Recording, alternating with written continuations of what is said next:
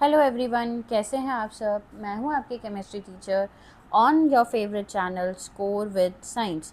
और आज हम क्लास 10th आईसीएसई केमिस्ट्री का फर्स्ट चैप्टर डिस्कस करने वाले हैं, that is periodic classification.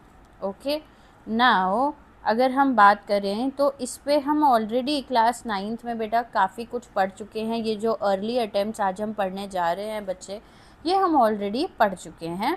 But मैं बहुत छोटा सा एक सेशन रखने वाली हूँ आज की क्लास का, ठीक है, जिसमें हम एक बार फिर से रिवाइज़ करेंगे कि हमने क्लास 9th में क्या पढ़ा था। तो सबसे पहले बात ये आती है कि भाई हम जो ये क्लासिफिकेशन पढ़ रहे हैं, ये हमें ज़रूरत ही क्यों पड़ती है, why we actually need to classify the elements. भाई देखो, अराउंड 1800s में साइंटिस्ट ने जो है बहुत सारे एलिमेंट्स को डिस्कवर किया था और ये फर्दर डिस्कवर होते ही चले गए थे। और हर एलिमेंट को अकेले पढ़ना बहुत ही इम्प्रैक्टिकल था। हर एलिमेंट की दोबारा से प्रॉपर्टीज़ पढ़ना बड़ा ही इम्प्रैक्टिकल सा हो गया था और इसीलिए क्लासिफिकेशन करना बहुत ज़रूरी था। तो अगर मैं यहाँ पे बात करूँ तो सबसे पहले बहुत ज़्यादा एलिमेंट्स होने के कारण क्लासिफिकेशन करना ज़रूरी था। एलिमेंट्स को अकेले पढ़ना बिल्कुल भी पॉसिबल नहीं था, बिकॉज़ वी नो दैट आज के टाइम पे हमारे पास अराउंड 118 एलिमेंट्स हैं। सबको अलग अलग पढ़ेंगे तो बड़ा ही टाइम लगने वाला है, ठीक है। प्लस उन्होंने ये भी देखा कि बहुत सारे एलिमेंट्स थे, कुछ एलिमेंट्स थे जो सिमिलरली बिहेव करते थे, तो उनको ग्रुप करके उनकी जो है मीनिंगफुल पैटर्न्स निकाल के उनके बिहेवियर को स्टडी किया गया। अर्ली अटेम्प्ट्स एट क्लासिफिकेशन की बात करें तो सबसे पहले जो है डॉबरनियर ने अपना ट्रायड दिया था, जैसा कि हम ऑलरेडी क्लास 9 में पढ़ चुके हैं। सेकेंड क्लासिफिकेशन आया था 1864 में बाय द न्यूलैंड, जिनको हम न्यूलैंड लॉ ऑफ ऑक्टेव्स के नाम से जानते हैं, और उसके बाद मेंडलीव के बारे में आया था। इस पर्टिकुलर लेक्चर में मैंने जो है सिर्फ डॉबरनियर ट्रायड और न्यूलैंड्स लॉ ऑफ ऑक्टेव्स को कवर किया है, क्योंकि मैं जानती हूँ कि तुम लोग बहुत देर तक नहीं पढ़ना चाहते, तो मैं छोटे छोटे लेक्चर्स बना रही हूँ। तो आज के इस लेक्चर में हम सिर्फ दो चीज़ों को कवर करेंगे, एक है आपका डॉबरनियर ट्रायड्स और दूसरा है न्यूलैंड, ठीक है। तो सबसे पहले समझते हैं कि डॉबरनियर थे कौन। इनका नाम था जॉन वुल्फगैंग डॉबरनियर, ठीक है। ये एक जर्मन केमिस्ट थे जिन्होंने 1829 में फर्स्ट सिस्टमैटिक अटेम्प्ट जो है वो किया था एलिमेंट्स को क्लासिफाई करने का। उनका बहुत ही सिंपल सा आइडिया था। उन्होंने देखा कि कुछ एलिमेंट्स हैं जिनकी जो केमिकल प्रॉपर्टीज़ हैं वो सिमिलर हैं, ठीक है। तो उन्होंने इंक्रीजिंग एटॉमिक मास के बेसिस पे 3-3 के ग्रुप में उनको अरेंज किया और इसीलिए उनको ट्रायड्स कहा। ध्यान रखिएगा, ये जो अरेंजमेंट था वो इंक्रीजिंग एटॉमिक मास के बेसिस पे था, ठीक है। और जब उन्होंने ऐसा किया तो एक उनको न्यूमेरिकल रिलेशनशिप मतलब मैथमेटिकल रिलेशनशिप मिला between the atomic masses of the element her triad में, ठीक है। एक पैटर्न मिला जिनको उन्हें लगा कि हाँ, मतलब यहाँ से हम कुछ डिराइव कर सकते हैं। तो ट्रायड रूल को पहले समझेंगे, क्या था, क्या पैटर्न उनको जो है वो मिला था। तो डॉबरनियर क्लासिफिकेशन जो है वो जो है दो सिंपल पावरफुल रूल्स पे थी। पहला है कि जितने भी एलिमेंट्स का उन्होंने ट्रायड्स बनाए थे उनकी प्रॉपर्टीज़, उनकी केमिकल प्रॉपर्टीज़ जो है सिमिलर थी, यानी कि उनका केमिकल बिहेवियर काफ़ी सिमिलर था एक दूसरे से। दूसरी चीज़, उन्होंने एक चीज़ पे और फोकस किया था, which was the atomic mass. Basically उन्होंने जितने भी एलिमेंट्स थे उन्हें इंक्रीजिंग एटॉमिक मासेस के बेसिस पर ही अरेंज किया था। और जब उन्होंने ऐसा किया तो उन्होंने पाया कि जो फर्स्ट और थर्ड एलिमेंट का एवरेज मास आता है वो सेकंड एलिमेंट के मास के ऑलमोस्ट इक्वल है। तो अगर मैं फॉर्मूला देखूं इसका, तो हमें क्या करना है, atomic mass of first element और atomic mass of third element को लेके जब हम 2 से डिवाइड करेंगे तो हमें नियर अबाउट एटॉमिक मास मिलेगा सेकंड एलिमेंट का।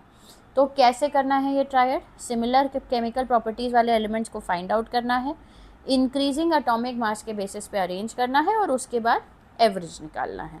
तो यहाँ पे मैं आपको एक ट्रायड के साथ एग्जाम्पल में समझाती हूँ। तो उन्होंने एक ट्रायड को लिया था, जैसे फॉर एग्जांपल लिथियम, सोडियम और पोटेशियम का ट्रायड लिया। अब क्या है कि लिथियम का जो मास है वो 7 है, ठीक है। जो कि आपका ये फर्स्ट एलिमेंट है, और पोटेशियम का मास है 39 जो कि आपका थर्ड एलिमेंट है। अब इसका एवरेज निकालना है तो 2 से डिवाइड करेंगे, which is going to be 46 divided by 2, that is 23, which is equal to the mass of the second element।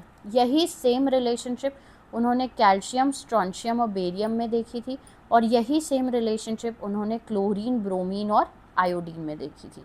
Although हर जगह बिल्कुल परफेक्ट एवरेज निकल के नहीं आ रहा था, कहीं कहीं एवरेज का नंबर एग्जैक्टली सेम नहीं था, लेकिन हाँ जो भी नंबर था वो सेकेंड एलिमेंट के एटॉमिक मास के नियर अबाउट ही था, ठीक है। लेकिन ये जो डॉबरनियर ट्रायड है ये बिल्कुल भी सक्सेसफुल नहीं रहा, क्योंकि इसकी बहुत सारी शॉर्टकमिंग्स थी, बहुत सारी लिमिटेशंस थी। क्या सबसे पहले क्या लिमिटेशन थी? एक तो बहुत सारे ट्रायड्स नहीं बना पाए, वो 3 से 4 वैलिड ट्रायड बना पाए थे, जिसमें से 3 मैंने आपको ऊपर एग्जाम्पल में ऑलरेडी बता दिए हैं।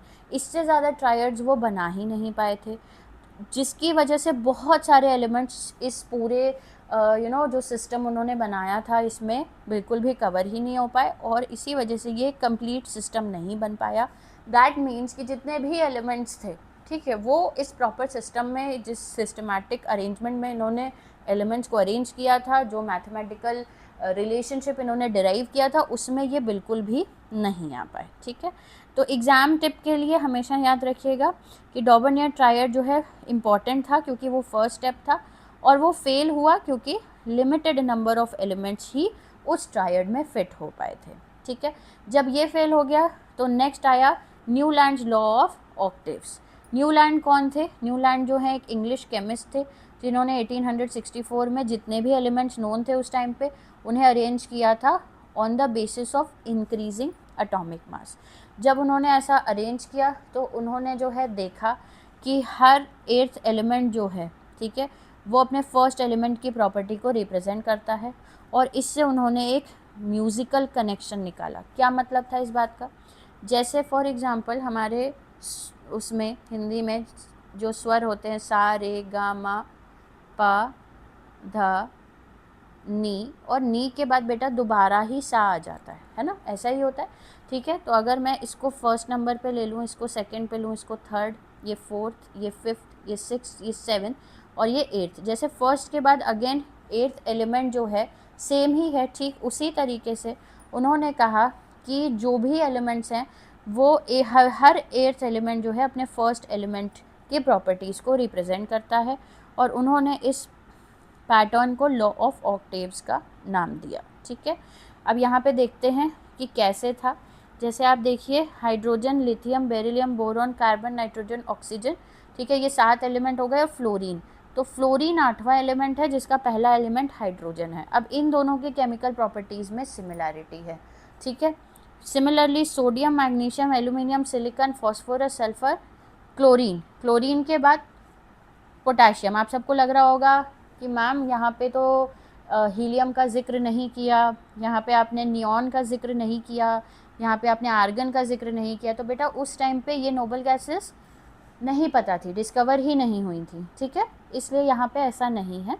अब आप देखिए first element is sodium and the 8th element is potassium. तो यहाँ पे क्या था कि यहाँ पे जो है जो सोडियम की प्रॉपर्टीज़ थी वही सिमिलर प्रॉपर्टीज़ जो है आपको पोटेशियम की मिली। सिमिलरली अगर आप यहाँ पे बेरिलियम को पहला एलिमेंट मान लें तो दूसरा बोरॉन, तीसरा कार्बन, चौथा नाइट्रोजन, 5वां oxygen, 6th will be fluorine, 7th will be sodium and 8th will be magnesium. तो मैग्नीशियम और बेरिलियम की जो प्रॉपर्टीज़ होंगी बेटा वो बिल्कुल सेम होंगी, ठीक है, ये चीज़ आपको ध्यान रखनी है। सिमिलरली फ्लोरीन, फ्लोरीन को 1 मान लें अगर, तो sodium second, magnesium third, aluminium fourth, silicon fifth, 6th हो गया आपका फॉस्फोरस, 7th हो गया आपका सल्फर और 8th हो गया आपका क्लोरीन। तो फ्लोरीन और क्लोरीन की प्रॉपर्टीज सेम होंगी। तो बेसिकली इनका यही कहना था कि every 8th element repeats it's property just like it's first element, ठीक है। तो इसमें कुछ मेरिट्स भी थे, कुछ डीमेरिट्स भी थे। मेरिट्स ऐसे थे कि पीरियोडिक रिप्रेजेंटेशन या पीरियोडिक रेपिटेशन जिसे हम कहते हैं वो जो है वो काफ़ी देखने को मिला। क्या मतलब है इस बात का कि भाई प्रॉपर्टीज़ जो हैं एक रिपीट हो रही हैं एक सर्टेन पॉइंट के बाद, एक सर्टेन इंटरवल के बाद, उसे हम पीरियोडिक रेपिटेशन कहते हैं, ये देखने को मिला। एलिमेंट्स को सिस्टमैटिकली ऑर्गेनाइज किया गया on the basis of atomic mass, और कुछ एलिमेंट्स को सिमिलर प्रॉपर्टीज़ के साथ करेक्टली ग्रुप किया गया, जैसे लिथियम, सोडियम, पोटेशियम, इनकी वाकई प्रॉपर्टी सेम है, इनको एक ग्रुप में रखा गया, और एक्चुअली में ग्राउंड वर्क जो है मॉडर्न पीरियोडिक लॉ का मिला। ठीक है, लेकिन ऐसा नहीं था कि ये बिल्कुल ही सब कुछ सही था। ठीक है, इसमें अपनी कमियां थी, और क्या कमियां थी यहाँ पे कमियां कुछ इस तरीके से थी कि ये सिर्फ लाइटर एलिमेंट्स यानी कि सिर्फ कैल्शियम तक ही वैलिड था, सही से काम किया। जो और कैल्शियम के बाद के एलिमेंट्स थे उनमें ये बिल्कुल इस तरीके का पैटर्न नहीं देखा गया। दूसरा, अभी तक भी बहुत सारे एलिमेंट्स अनडिस्कवर्ड थे, तो उनके लिए कोई गैप्स ही नहीं छोड़ा गया, क्योंकि न्यूलैंड का मानना था कि भाई और आगे जो एलिमेंट्स हैं वो डिस्कवर होंगे ही नहीं। जब न्यूलैंड जो हैं उन्होंने ये डिस्कवरी दी तब अप्रॉक्सीमेटली 56 एलिमेंट्स जो हैं वहाँ पे थे, और उन्होंने बड़े दावे के साथ कह दिया था कि भाई साहब इस 56 एलिमेंट्स के अलावा कुछ और आएगा ही नहीं। ठीक है, जबकि आगे जाके और एलिमेंट्स आए और उनकी कोई जगह थी ही नहीं। कुछ डिसिमिलर एलिमेंट्स को भी एक जगह रखा गया, जैसे कोबाल्ट और निकल को हैलोजेंस के साथ रख दिया, जबकि आजकल हम जानते हैं कि कोबाल्ट निकल मेटल्स हैं, वेरएज हैलोजन नॉन मेटल्स हैं। ठीक है, एग्ज़ाम समरी में आपको ये याद रखना है कि डोबर्नियर और न्यूलैंड ने वैल्यूएबल कंट्रीब्यूशन दिया ज़रूर था, लेकिन उनका सिस्टम इतना अच्छा नहीं था कि वो सारे एलिमेंट्स को क्लासिफाई कर पाए। इसकी वजह से ये दोनों ही सिस्टम फेल हुए, और नेक्स्ट सिस्टम हमने पढ़ा मेंडलीव्स पीरियोडिक टेबल।